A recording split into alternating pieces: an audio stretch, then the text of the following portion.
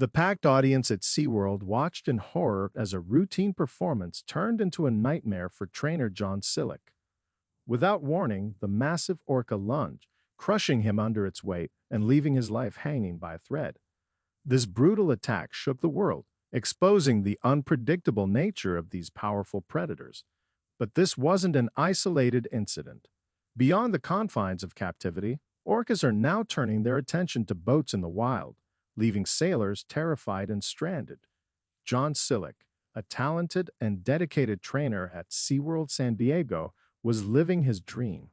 Known for his exceptional skill and calm demeanor, he had spent years forming bonds with the orcas under his care. For Sillick, working with these powerful animals was more than just a job, it was a calling. He admired their intelligence, strength, and grace, and he took immense pride in helping bridge the connection between humans and orcas through SeaWorld's widely popular performances. On a bright and seemingly ordinary day in 1987, SeaWorld was bustling with activity. Families and marine enthusiasts crowded the stadium bleachers, eager to witness the dazzling displays of synchronized jumps, flips, and interactions between trainers and orcas. The sun reflected off the sparkling blue pool as trainers prepped the animals for the show. Among them was John Sillick, dressed in his wetsuit and ready to perform a carefully rehearsed routine with one of the park's star orcas, a massive bull whose presence alone was awe-inspiring. Sillick had performed alongside this orca many times before, and though he was always cautious, he trusted in their mutual understanding forged through countless training sessions. The show began as planned. The orca glided through the water, responding to Sillick's signals with impressive flips and splashes that delighted the audience. The energy was electric. Children cheered, parents snapped photos, and trainers communicated seamlessly with the animals, creating the illusion of perfect harmony. However, unbeknownst to Sillick and his team, the day was about to take a horrifying turn. During a mid-show routine, Sillick positioned himself at the pool's edge for a trick that required him to interact closely with the massive orca. As he gestured for the orca to approach, the creature's demeanor shifted. In an instant, the calm, cooperative animal transformed. Without warning, the orca surged upward with tremendous force, breaking through the water and lunging towards Sillick. The impact was catastrophic. The orca's immense body collided directly with Sillick, crushing him with unimaginable force. The stadium fell into stunned silence. Gasps rippled through the crowd as they watched Sillick, caught completely off guard, thrown backward into the pool. Trainers nearby froze for a split second before chaos erupted. The scene was one of pure horror. Sillick's body floated in the water, motionless, as the orca circled back. His colleagues sprang into action, shouting commands to the orca in a desperate attempt to regain control. Some trainers scrambled for food buckets, trying to distract the massive animal and coax it away from Sillick. Others shouted for emergency assistance, their voices barely audible over the cries of terrified spectators. Meanwhile, Sillick was gravely injured. The force of the collision had shattered his pelvis, fractured his femur, and broken several ribs. His battered and disoriented body struggled to stay afloat as his colleagues pulled him to safety. Lifeguards and emergency personnel rushed to the scene, working frantically to stabilize him before transporting him to the hospital. The attack left SeaWorld reeling. Sillick's injuries were devastating, requiring multiple surgeries, months of grueling rehabilitation, and long-term medical care. For Sillick, the physical pain was only part of the ordeal. The psychological scars ran just as deep. Once confident in his ability to connect with these intelligent creatures, Sillick was left questioning everything he thought he understood about orcas in captivity. The incident shocked the world. While SeaWorld had always emphasized safety measures and the unique bond between trainers and orcas, this attack served as a chilling reminder of the unpredictable power of these animals.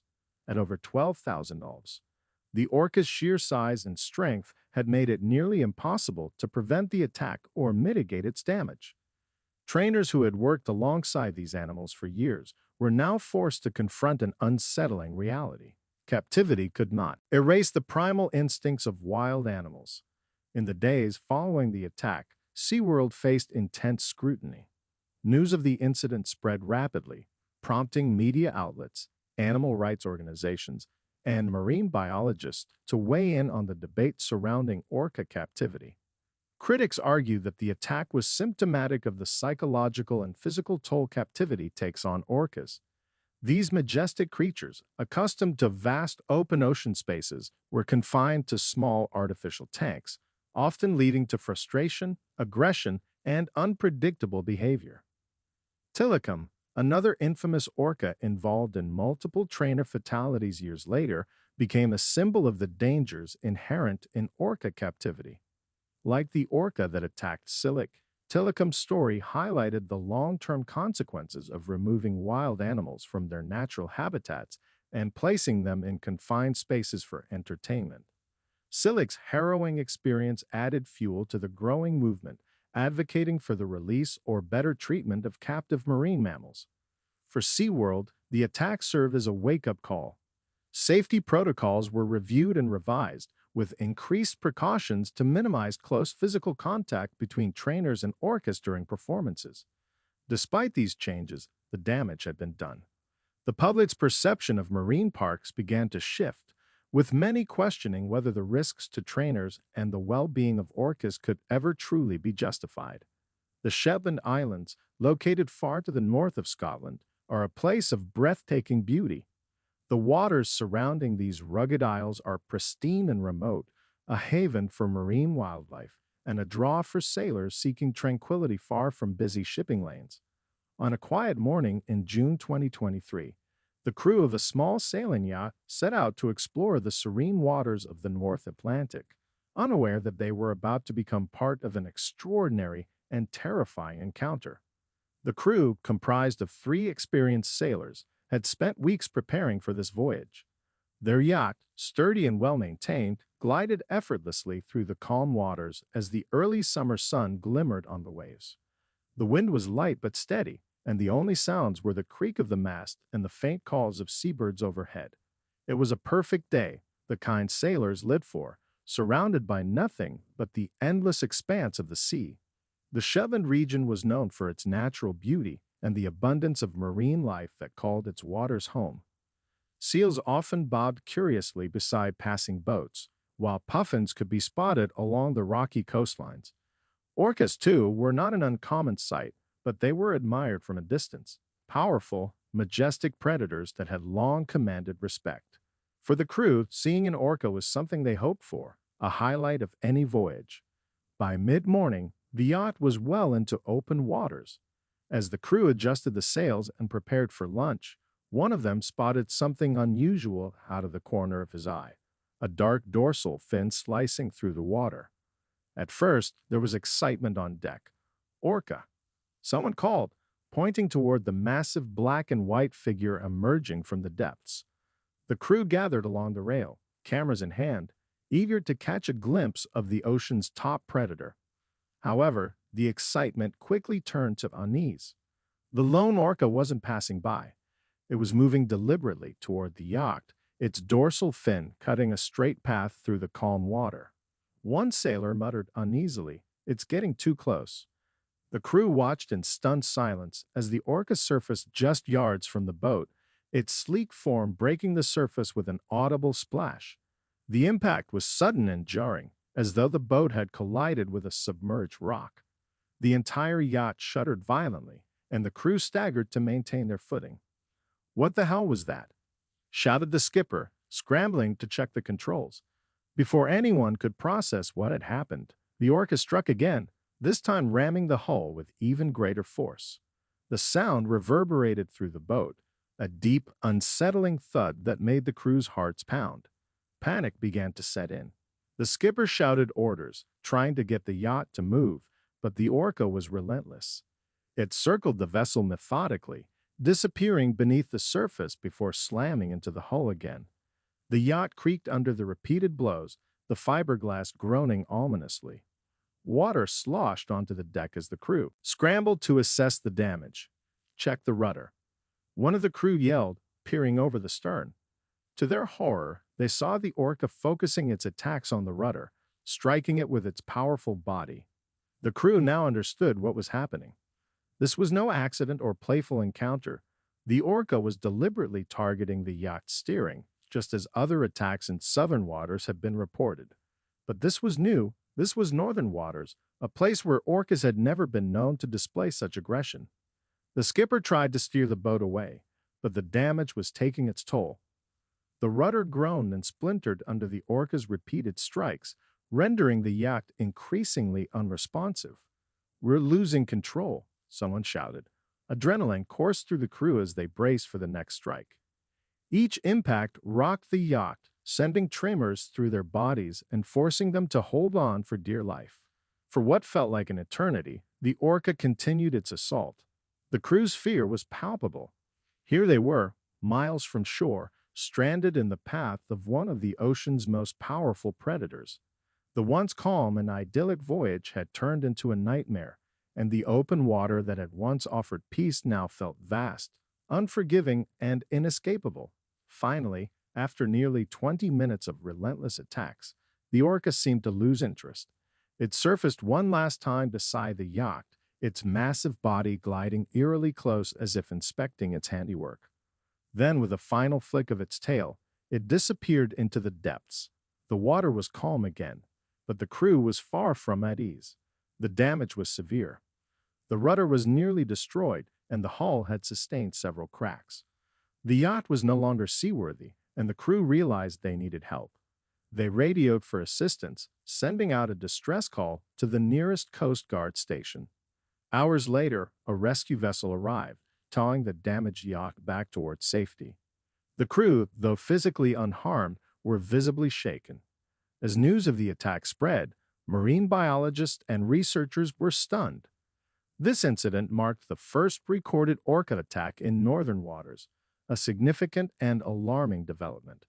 Previously, similar behaviors have been confined to orca populations off the coast of Spain, Portugal, and Morocco. The Shetland Islands, so far north, had never seen anything like it. Scientists speculated that the orca's behavior could have been influenced by stress, territorial instincts, or even learned behaviors passed down from other pods. The Moroccan coastline near Cape Spartel, where the Atlantic meets the Mediterranean, is renowned for its breathtaking beauty and maritime significance.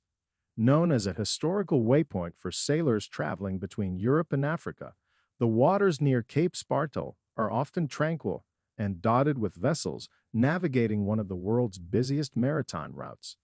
In May 2023, a group of experienced sailors aboard a private yacht set out for a seemingly routine voyage along the Moroccan coast. Little did they know this day would take a harrowing and life-threatening turn. The day had started with perfect sailing weather. The crew of 4 had been on a long journey, relishing the open sea and the calm rhythms of the waves. Their yacht, a sturdy and well-equipped vessel, glided effortlessly through the blue waters as the sun hovered just above the horizon. They were a few miles off Cape Spartel, comfortably isolated from heavy boat traffic, and the soft winds carried an air of serenity. The mood on deck was cheerful. The crew enjoyed casual conversation, with one member taking the helm while the others prepared meals and checked the yacht's systems. The sea was still, the kind of quiet that often lulls sailors into a sense of ease, until the silence was shattered. It began with a distant splash, followed by the unmistakable sight of dark dorsal fins slicing through the water. One sailor spotted the movement first and called out, his voice tinged with both excitement and apprehension. "Orcas," he shouted. At first, the sight was awe-inspiring. A pod of 6 orcas approached the yacht, swimming in tight formation with astonishing speed. Seeing such creatures up close felt like a gift from the ocean, a rare moment sailors often consider a blessing. But something was off. The orcas weren't just passing by. They were closing in fast. Before the crew could process what was happening, the first impact hit. The yacht shuddered violently as an orca rammed its rudder with full force, sending a loud, deep thud reverberating through the hull. "What was that?" yelled the helmsman, spinning the wheel in an attempt to steady the vessel. Another collision followed, harder this time, knocking one sailor off balance and sending equipment clattering across the deck. The pod, now circling the yacht like hunters stalking prey, moved with deliberate and unnerving precision. The orcas targeted the rudder and hull, striking with terrifying accuracy. "They're attacking us." One sailor screamed, panic beginning to rise as the yacht rocked under the repeated blows. The rudder, the heart of the yacht's steering system, was under siege. The helmsman quickly realized that control of the vessel was slipping away. With each strike, the yacht became harder to maneuver, and the steering wheel turned uselessly in his hands. Desperation set in as the crew scrambled to respond. One sailor rushed to inspect the damage, peering over the stern where the rudder was located. His face paled at what he saw. The orcas were ramming the rudder repeatedly, their massive bodies rising out of the water with startling power before crashing back down. Each collision sent tremors through the yacht, and the rudder, now splintering under the force, was on the verge of snapping entirely. "They're breaking it apart," the sailor shouted, his voice barely audible over the chaos. The crew quickly debated their options, but they were out of ideas. The engines were failing, the rudder was crippled, and there was no way to steer the vessel to safety. They were stranded in open water at the mercy of a group of apex predators whose motives were impossible to understand. The attacks continued for over an hour. The orcas showed no signs of stopping, circling back again and again to deliver blows to the yacht. The crew's desperation turned into exhaustion as they tried to mitigate the damage, sending out distress calls over the radio in the hope that anyone would hear them. Finally, a distant vessel responded. A nearby cargo ship, alerted to the yacht's distress, began making its way toward them. The crew clung to whatever hope they could find as the large ship loomed closer on the horizon. The approaching vessel seemed to startle the orcas, who began to retreat. Slowly, the pod dispersed, their dark fins sinking below the waves as quickly as they had appeared. Relief washed over the crew, but the danger was far from over. The yacht was severely damaged. Its rudder was almost destroyed, and water had begun seeping into the lower decks. The cargo ship relayed the crew's position to Moroccan maritime authorities, who sent a rescue vessel to tow the stricken yacht back to shore. As the crew waited to be rescued, they sat in stunned silence, still trying to comprehend the ordeal they had just survived. Hours later, the yacht was safely towed to the nearest marina, but the physical damage was staggering. The rudder would need to be replaced entirely, and the hull showed deep structural fractures that would require extensive repairs. The emotional toll on the crew was equally profound. "It was like nothing I've ever seen," one sailor later recounted. "They weren't just playing, they were deliberate. It was terrifying." If you enjoyed this video, watch our next one shown on screen.